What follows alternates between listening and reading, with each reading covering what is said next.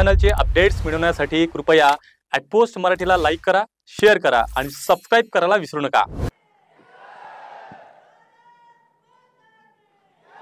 भारत माता की, भारत माता की, वंदे वंदे।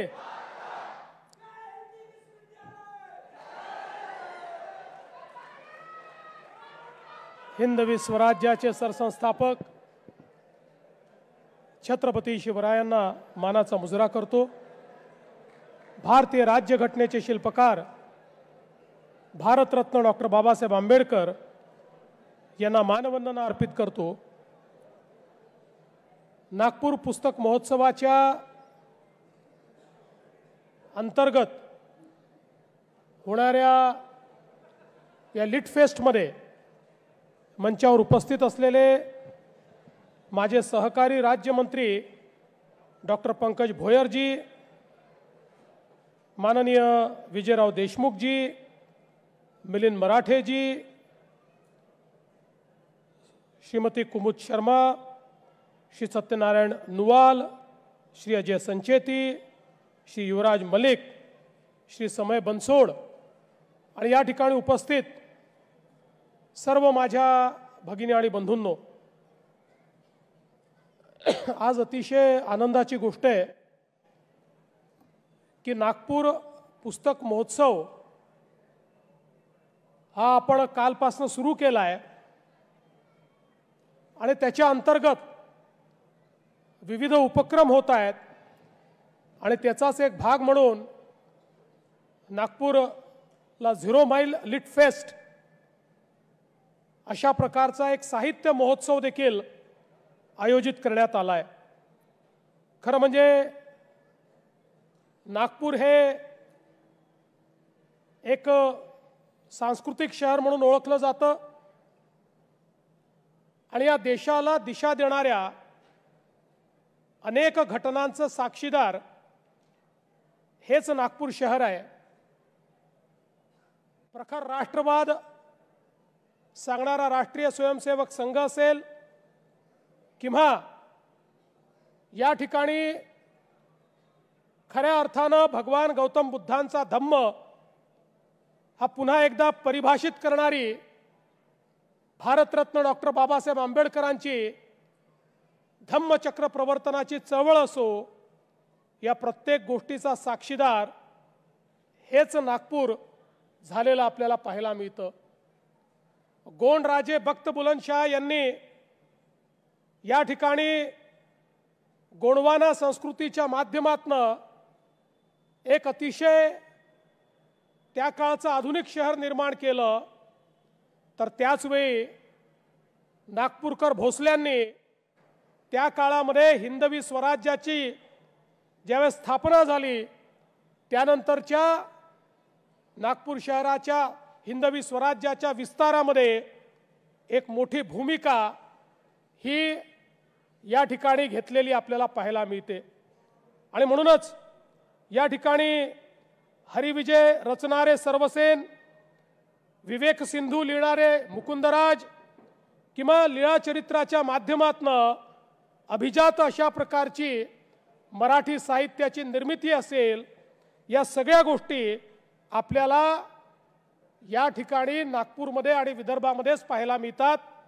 आणि त्यासोबत नुकतंच जे राज्यगीत आपण गायलं त्या राज्यगीताचे कवी देखील नागपूरचेच आहेत, हे देखील या ठिकाणी सांगताना मला अतिशय आनंद होतो।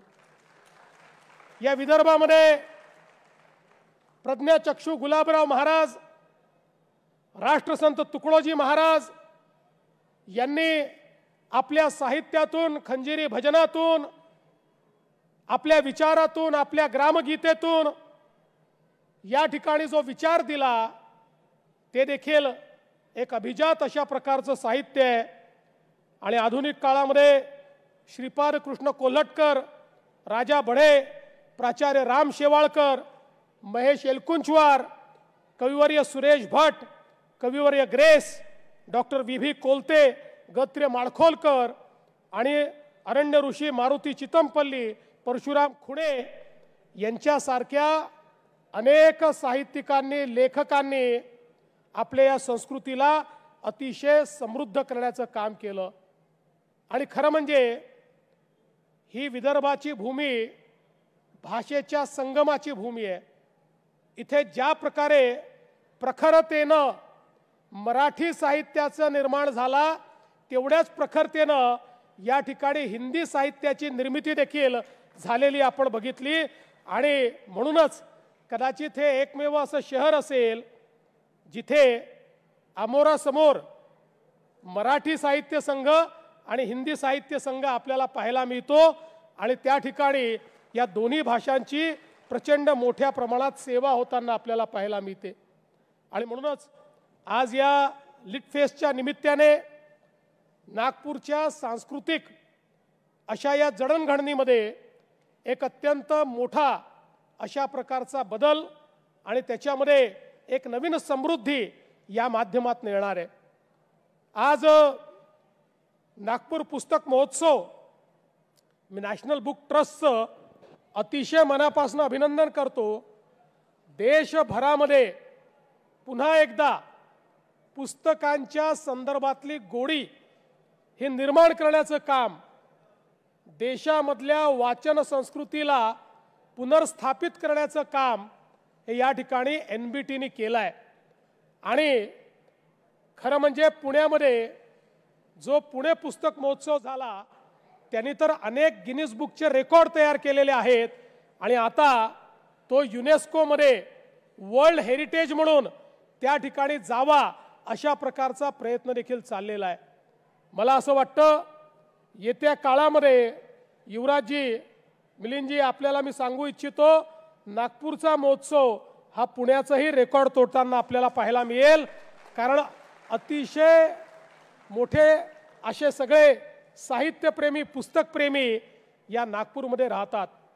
250 वर्षापूर्वी नागपूरच्या गोंड राजांनी त्यांच्या वाड्यामध्ये सार्वजनिक ग्रंथालय सुरू केलं होतं. आणि एक मोठी वाचन चळवळ ही त्या काळामध्ये खऱ्या अर्थानं सुरू झाली होती. आज आपण पाहतोय की ज्या प्रकारे पुस्तकांच्या माध्यमातनं आपल्यापर्यंत ज्ञानाचा झरा पोचतो, तो झरा अत्यंत महत्त्वाचा आहे. खरं म्हणजे आज आपण मागच्या काळामध्ये अगदी ही शतक सुरू झालं तेव्हा आपण गुगलच्या काळामध्ये होतो. आता आपण ChatGPTच्या आणि ग्रॉकच्या काळामध्ये गेलो.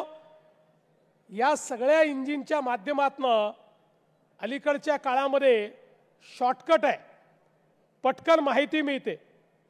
आणि म्हणून अनेक वेळा पूर्ण पुस्तक वाचण्यापेक्षा आपल्याला आवश्यक तेवढी माहिती गुगल केली किंवा एखादा प्रॉम्प्ट आपण जर दिला तर त्यातनं AIच्या माध्यमातनं आपल्याला ती सगळी माहिती मिळते.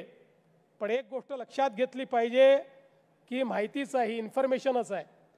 इन्फॉर्मेशन ही जोपर्यंत ज्ञानामध्ये, नॉलेजमध्ये बदलत नाही तोपर्यंत ती केवळ इन्फॉर्मेशन राहते. You are a informed person but you are not a knowledgeable person. आणि म्हणून आपल्याला जर इन्फॉर्मेशनवरनं नॉलेजकडे जायचं असेल, आपल्याला जर ज्ञान मिळवायचं असेल, ज्ञानी म्हणून आपल्याला जीवन जगायचं असेल तर त्याकरता आवश्यक आहे अधिकाधिक पुस्तकांचं वाचन. वाचनातून केवळ माहिती नाही, वाचनातनं ज्ञान संपादित करता येतं. तुम्ही नॉलेजेबल होऊ शकता, तुम्ही ज्ञानी होऊ शकता. ही वाचनाची किमया आहे, ही पुस्तकांची किमया आहे. आणि आपल्या देशाचा इतिहास तर अतिशय या संदर्भात आपण जर विचार केला तर एक अतिशय मोठा अशा प्रकारचा इतिहास आहे. मगाशी महाराजांनी आपल्याला नालंदाच्या संदर्भात सांगितलं की नालंदासारखं एक विश्वविद्यालय बख्तियार खिलजीने ज्यावेळेस आक्रमण केलं आणि त्यांनी आक्रमण करून ज्यावेळी त्या नालंदा विश्वविद्यालयाला आग लावली त्यावेळी त्या नालंदा विश्वविद्यालयामध्ये 90 लाख पुस्तकं होती. 90 लाख. ही 90 लाख पुस्तकं जाळायला त्याला त्या ठिकाणी 3 महिने लागले. पण ही पुस्तकं जळाली नाहीत, आमच्या ज्ञानाचं भंडार जळालं. या पुस्तकाच्या माध्यमातनं आमच्या पुढच्या पिढीला जी संस्कृती आम्ही पोचवणार होतो ती संस्कृती जाळण्याचं काम केलं. आमच्या पुढच्या पिढीपर्यंत जे ज्ञान आम्ही पोचवणार होतो, जे गणित आम्ही पोचवणार होतो, जे स्थापत्यशास्त्र आम्ही पोचवणार होतो, जो खगोल आणि भूगोल आम्ही पोचवणार होतो, जे ज्योतिषशास्त्र आम्ही पोचवणार होतो, या सगळ्या गोष्टी जाळण्याचं काम त्या ठिकाणी केलं. या भारतामध्ये 1000 वर्षाचा काळ आपल्याला असा पाहायला मिळतो की ज्या काळामध्ये आम्हाला हतोत्साहित करून आमच्या संस्कृतीला मिटवण्याचा प्रयत्न झाला. आणि म्हणूनच खऱ्या अर्थानं आपण बघितलं की इंग्रजांनी देखील पहिल्यांदा हे लक्षात घेतलं की भारतातली भाषा आणि भारताची संस्कृती आणि भारताची शिक्षण पद्धती या 3 गोष्टी समाप्त केल्याशिवाय आम्ही भारतावर राज्य करू शकत नाही. आणि म्हणून मॅकॉलेने देखील आपल्या पत्रामध्ये याचाच उल्लेख केलेला आहे की या भारतावर राज्य करायचं असेल तर या भारतातली संस्कृती आणि शिक्षण पद्धती ही आम्हाला बदलावी लागेल. आपल्याला कल्पना आहे की ज्यावेळी इंग्रज आपल्याकडे आले त्यावेळी अख्ख्या इंग्लंडमध्ये 2000 ग्रामर स्कूल चालायच्या, पण एकट्या मद्रास प्रेसिडेन्सीमध्ये 50,000 संस्कृत विद्यालय चालायचे. अशा प्रकारची आमची शिक्षण पद्धती होती, ज्या शिक्षण पद्धतीला मारून टाकण्यात आलं, ज्याचा कत्लेआम करण्यात आला. आणि ज्या शिक्षण पद्धतीला रिप्लेस करून मॅकॉलेची शिक्षण पद्धती आणली. आजही आपण त्या गुलामगिरीतनं आता बाहेर पडण्याचा प्रयत्न करतो आहोत. आणि म्हणूनच देशाच्या प्रधानमंत्र्यांनी ज्यावेळी नवीन शिक्षण पद्धती आणली त्या नवीन शिक्षण पद्धतीमध्ये त्यांनी एकच मंत्र आपल्याला दिला की विकास भी और विरासत भी. जोपर्यंत आमचा वारसा काय आहे हा आम्हाला समजणार नाही, आम्ही कोण होतो याची जाणीव आम्हाला होणार नाही, तोपर्यंत आम्ही पुन्हा त्या महानतेकडे जाऊ शकत नाही. आणि म्हणून आज आपण पाहतोय, आज नालंदाचा आपण बोलतो, त्याच्यापेक्षाही आधी जवळपास 2500 वर्ष आधी तक्षशिलासारखं विश्वविद्यालय आमच्याच संस्कृतीने तयार केलं. आणि त्या काळामध्ये जगभरातले जे विद्वान म्हणायचे ते लोक शिक्षणाकरता याच तक्षशिला विद्यापीठात यायचे.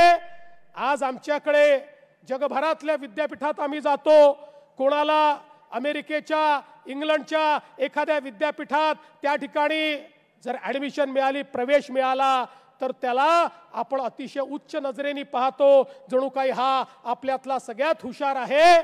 पण तो काळ असा होता की जगातल्या विद्वानांना वाटायचं की आम्हाला शिकायचं असेल तर भारतात गेलं पाहिजे, कारण शिक्षणाची सगळी पाळंमुळं ही याच भारतामध्ये होती.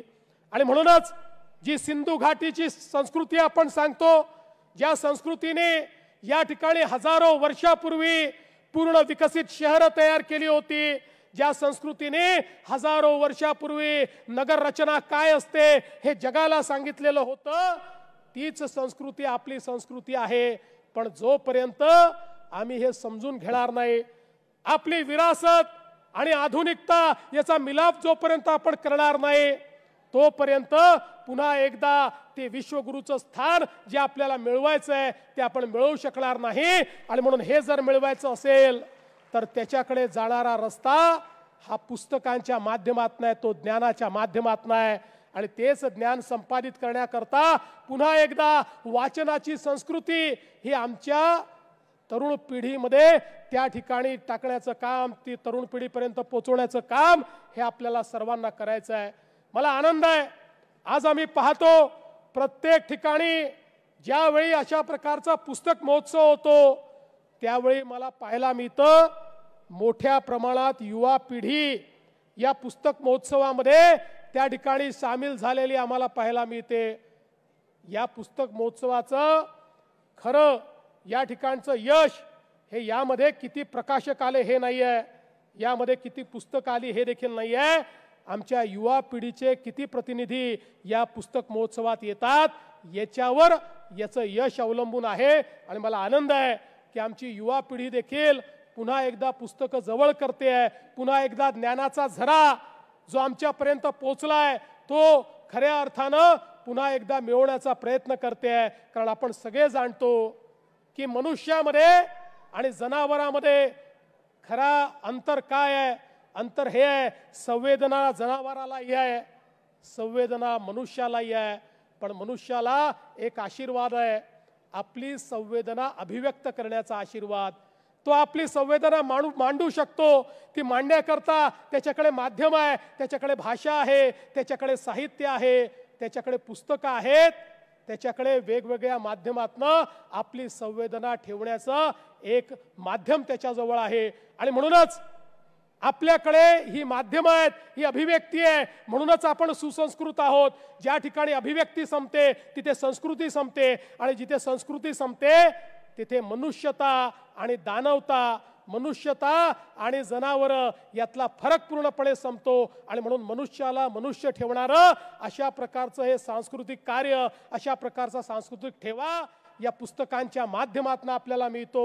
आणि तो प्राप्त करून घेण्याकरता आपण सगळे लोक या ठिकाणी आलो. आणि मला विश्वास आहे या लिट फेस्टच्या माध्यमातून वेगवेगळे विषय आपल्यापर्यंत येतील आणि त्यातनं एक प्रगल्भता आपल्याला निर्माण होईल, आपल्या जाणीवा विस्तारित होतील, आणि त्यातनं एक नवीन अशा प्रकारचं व्यक्तिमत्व घेऊन आपण या ठिकाणून जाऊ, हा विश्वास मी व्यक्त करतो. पुन्हा एकदा आमच्या या नॅशनल बुक ट्रस्टचं अतिशय मनापासून अभिनंदन करतो. या नागपूर पुस्तक महोत्सवाला मनापासून शुभेच्छा देतो आणि माझं बोलणं संपवतो. जय हिंद, जय महाराष्ट्र.